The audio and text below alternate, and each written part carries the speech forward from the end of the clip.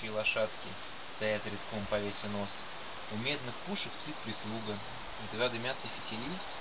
Попарно цепь стоит вдали, штыки горят под солнцем юга. Вот разговор о старине в палатке ближней слышен мне. Как при Ермолове ходили в Чечню, в Аварию к горам. Там дрались, как мы их били, как доставалось и нам. Вижу я неподалеку, у речки, следуя пророку, мирной татарин свой намаз творит, не подымая глаз. А вот кружком сидят другие. Ловлю я взгляд их желтых лиц, подобный цвету ноговиц. Их шапки, в рукавах худые, их темный лукавый вздох и их гортанный разговор.